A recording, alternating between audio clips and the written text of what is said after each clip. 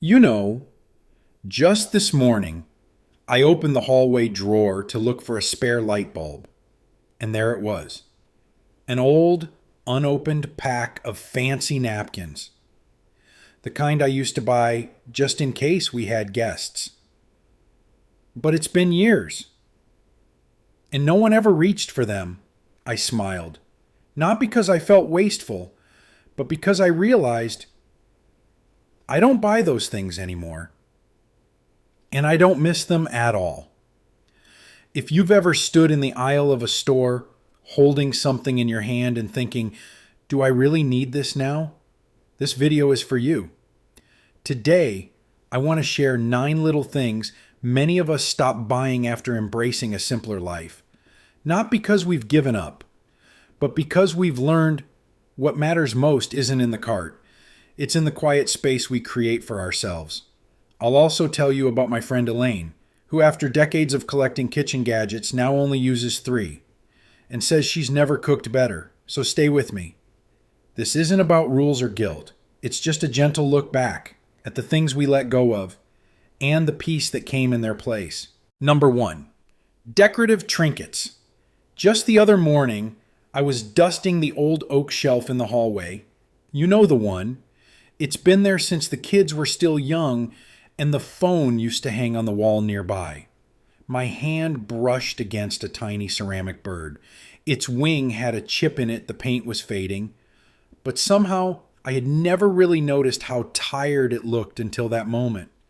I remember exactly where I got it. A small flea market in Vermont. It was fall, the leaves were golden, and I thought that little bird was charming, like a whisper from another time. Back then, I believed things like that gave a house personality, warmth, maybe even a little magic. But over time, these trinkets, the figurines, the tiny plates, the little things tucked onto every surface, stopped making me smile. Instead, they started feeling like things I had to dust, or tiptoe around, or feel guilty about donating. Somewhere between collecting and cluttering, the joy quietly faded. My friend Lorraine, she's 72 now, told me something that stuck. When she began downsizing, she picked up each item and asked, does this still reflect who I am today? Not who I was at 40 or who I thought I needed to be to keep up appearances, but the woman she is now with all her softness, her strength, her desire for peace. She said the hardest things to let go of weren't the big ones. It was the small stuff. The tiny knickknacks that had no story left, just habit. And when she finally did let them go, it was like a window had opened inside her chest. She could breathe again. There's something quiet but powerful in choosing simplicity, not to erase the past, but to honor the present. We don't declutter to throw things away. We do it to keep only what gives back to our soul. And sometimes the space left behind, that stillness on a shelf, says more about us now than a row of dusty collectibles ever could. Now, let's keep going, because the next thing we'll talk about might be hiding in your bathroom cabinet.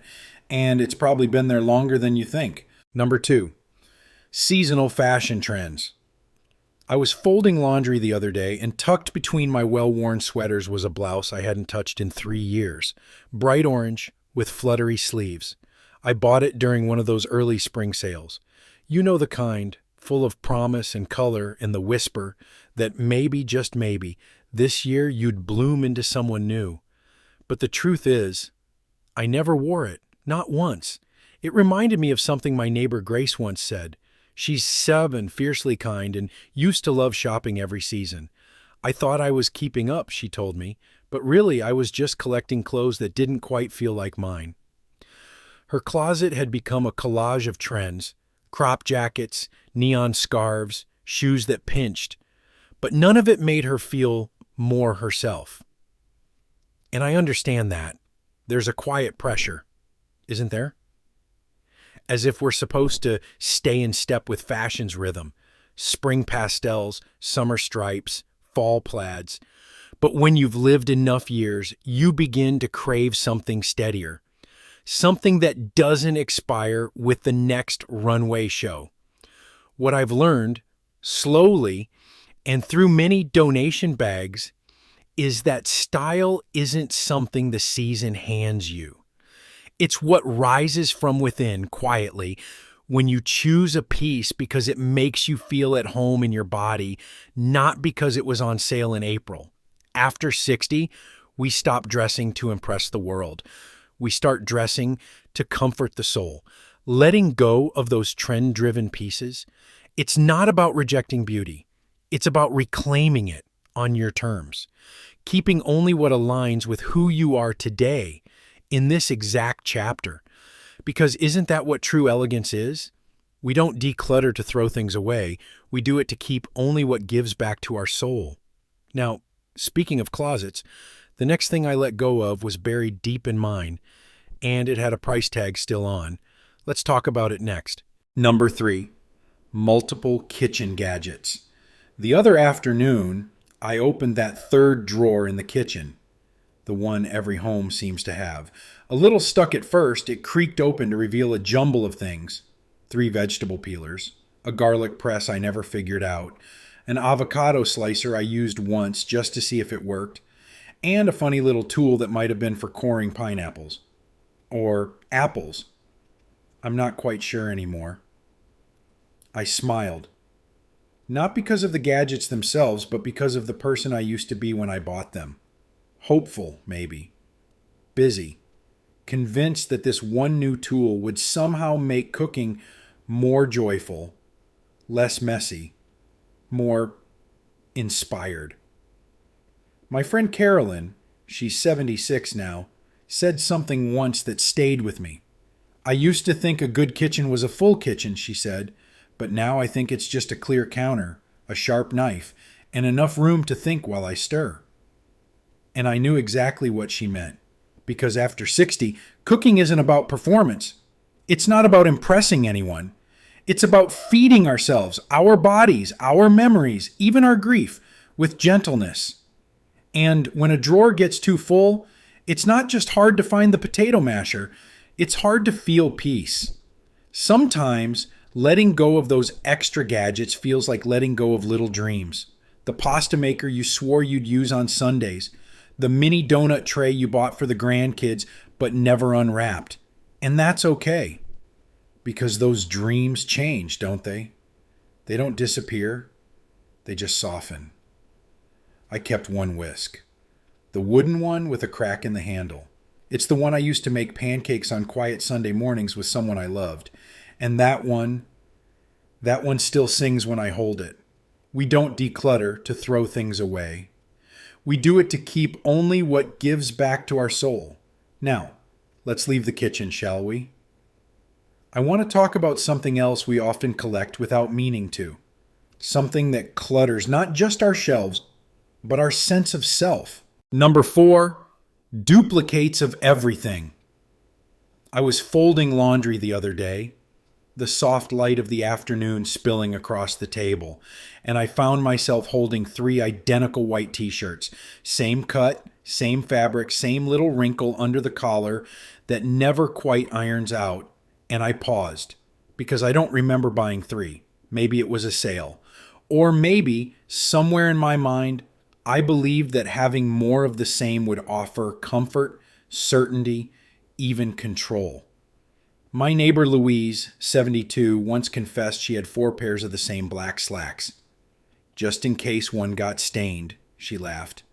But then she got quiet. Truth is, she whispered, I was afraid of not having enough. I grew up with little. I think I still carry that. And it struck me how often we duplicate out of fear. Fear of running out, fear of losing what fits, fear that one day the world might change too fast and we won't be prepared. But the truth is, when we have 3 of something, we often don't use any of them well. They become clutter, not comfort. And the weight of just in case can be heavier than we know. I now keep 1 white tee, the softest one, the one with the tiniest patch where I stitched it by hand one summer afternoon. The others? I let go. Not because they were bad, but because I've learned. Enough isn't a number.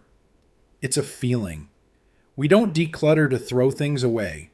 We do it to keep only what gives back to our soul. Now, let's wander to the bathroom, shall we? There's a little truth waiting behind those half-used bottles and old perfumes. Number 5. Holiday decor. This morning I opened that one box in the attic, the one marked Christmas. It smelled faintly of cinnamon and dust, like a memory wrapped in tissue paper. Inside were old ornaments, a felt angel missing one wing, a reindeer with paint chipped off his nose, strings of lights I haven't untangled in years. I held one little snow globe. It played Silent Night, barely. The music trembled, like an old voice remembering. You know, there was a time I decorated every corner, garland on every railing, dishes for every season. I thought that was what made holidays feel magical, the doing, the sparkle, the fullness. But somewhere along the way, I realized it was never the decor that made it special. It was the voices around the table, the quiet moment after dinner when everyone's just sitting, full and content. The phone call from someone far away, calling just to say, "Merry Christmas, I miss you." My friend Eleanor, 76, told me last year she gave away 3 boxes of Easter and Halloween trimmings. She kept one, a little ceramic pumpkin her grandson made. That one, she smiled, still feels like love. We don't declutter to throw things away. We do it to keep only what gives back to our soul. So yes, I still put up the angel, just one. She may be missing a wing, but she's flown with me through decades, and somehow she still knows the way home. Let's step into the next room. I've got something to share about all those mugs that seem to multiply when no one's looking. Number 6. Bulk purchases. I was putting away groceries yesterday, and I paused at the back of the pantry. There they were, 5 bottles of ketchup, all unopened, all bought during one of those just-in-case moods. You see, there was a time I prided myself on buying in bulk. It felt efficient, prepared, even comforting somehow. A big pack of paper towels, 2 dozen cans of soup, enough pasta to feed a small village. But lately, I've noticed something else. That shelf full of just in case feels heavier now, not on my arms, but on my mind. My neighbor Edna, 72, once told me she stopped buying those giant laundry detergent jugs. I live alone, she said with a chuckle, and that bottle could last me until 90. She now buys one small bottle. And she says every time she lifts it, it feels like a kindness to herself. At this age, we begin to realize that more doesn't always mean safer. Sometimes it just means more to store, more to forget, more to worry about. We don't declutter to throw things away. We do it to keep only what gives back to our soul. And sometimes what gives back is the freedom to reach for just one. One jar, one item, one gentle decision. Next, let's talk about something soft, warm, and often quietly overwhelming. Linens, towels, sheets, blankets, the kind we keep long after we need them. Number 7. Backup toiletries and makeup. I opened the bathroom drawer the other day just to grab a fresh toothbrush. And what greeted me wasn't just 1 or 2, but 6. Still in their plastic wraps, lined up like soldiers waiting for their turn. And next to them, 3 unopened face creams, 2 backup mascaras, and more travel-sized shampoos than I've traveled in the last 5 years. It made me smile. And then, quietly, it made me sigh. There was a time I kept extras just in case. Just in case I ran out. Just in case the store stopped carrying it. Just in case I needed to feel prepared. But somewhere along the way, those backups became baggage. Each bottle, a little echo of that old belief, if I have enough, I'll be enough. My cousin Nora, 68, shared something that stayed with me. She said, "I used to buy makeup like I was still getting ready for a life I hadn't lived yet. Now she keeps 1 lipstick, 1 cream. She says it's not less. It's clarity. Because truth is, at this stage, we're not stockpiling for someday. We're showing up for today. And today often asks for less, but asks that we choose it with love. We don't declutter to throw things away. We do it to keep only what gives back to our soul. So let's keep going. There's one more thing that often lingers longer than it should. And it's not in our cabinets, but on our shelves. Books we no longer read, but somehow can't let go of. Let's talk about that next. Number 8, furniture or storage. There's a small wooden chest by the hallway. You know the kind. Carved edges, soft hinges that creak when you open them. I dusted it this morning, as I always do, though I haven't opened it in years. It was meant to hold blankets. Now, it mostly holds air and a bit of guilt. I remember when I bought it, it wasn't just furniture, it was a promise. I'll finally have room for everything. But here's what I've come to realize, sitting quietly with my tea, when we buy more storage, we're not always making room for life. Sometimes we're just delaying the part where we decide what truly matters. My friend Harold, 73, downsized last spring. He gave away 2 dressers and 3 storage bins. I didn't need more space, he told me. I needed fewer reasons to fill it. And just like that, his little apartment felt bigger, not in size, but in breadth. There's a comfort, I think, in knowing that the floor beneath us isn't weighed down by things we don't use, that we're not keeping drawers just to hide what we're afraid to face. We don't declutter to throw things away. We do it to keep only what gives back to our soul. And as we sit with that thought, there's one more thing I'd love to share with you. Something that's not in our homes, but in our heads. The fear of needing what we let go. Let's talk about that next. Number 9, sentimental guilt buys. I was folding an old beige sweater the other morning, the kind that used to sit quietly at the back of the closet. Not ugly, just forgotten. It had slightly stretched cuffs and that gentle, worn-in feel you only get from something that's been there a while but rarely worn. I remember buying it not because I needed it. Goodness knows I had more than enough. But because the young woman at the register looked so eager, so hopeful. She reminded me of my niece when she first started working retail. Polite, careful, afraid that a no might mean she wasn't good at her job. So I smiled, said, "I'll take it," and walked out with a sweater I never really wanted. And I know I'm not alone in this. Sometimes we buy things not because they speak to us, but because we don't want to let someone else down. We carry home scented candles we didn't love, handmade trinkets from a friend's garage sale, cookbooks from charity tables, all because saying no felt too harsh, too final. But here's the thing. Buying from guilt doesn't honor the giver. It burdens the receiver. These items pile up, not just on shelves, but in our hearts.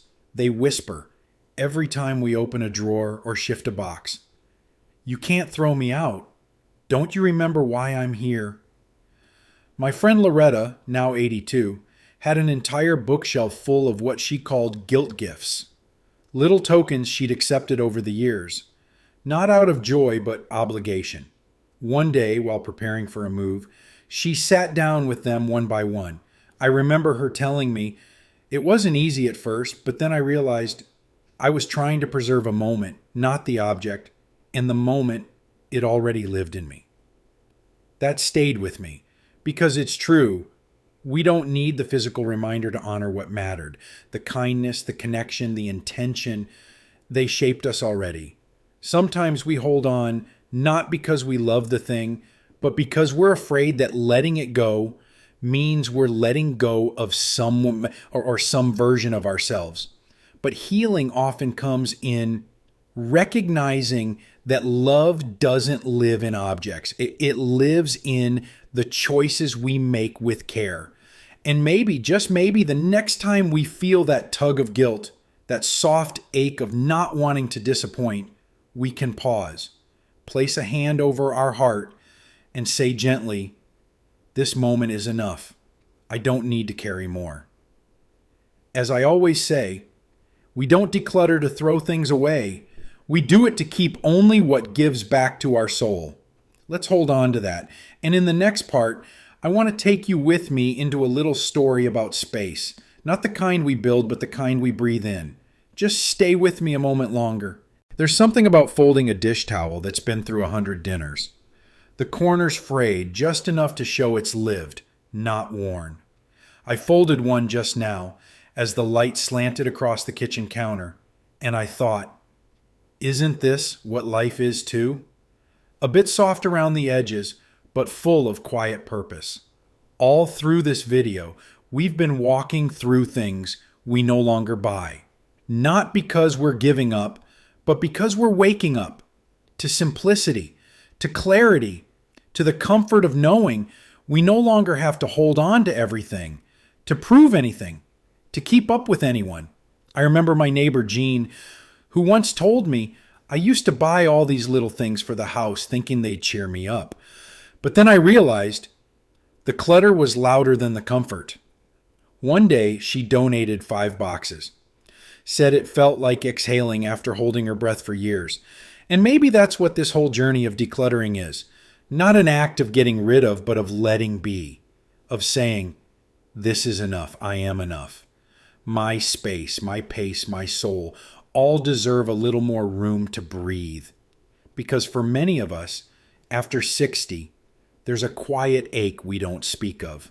The fear that we're fading into the background. That if we let go of the things, we're letting go of ourselves.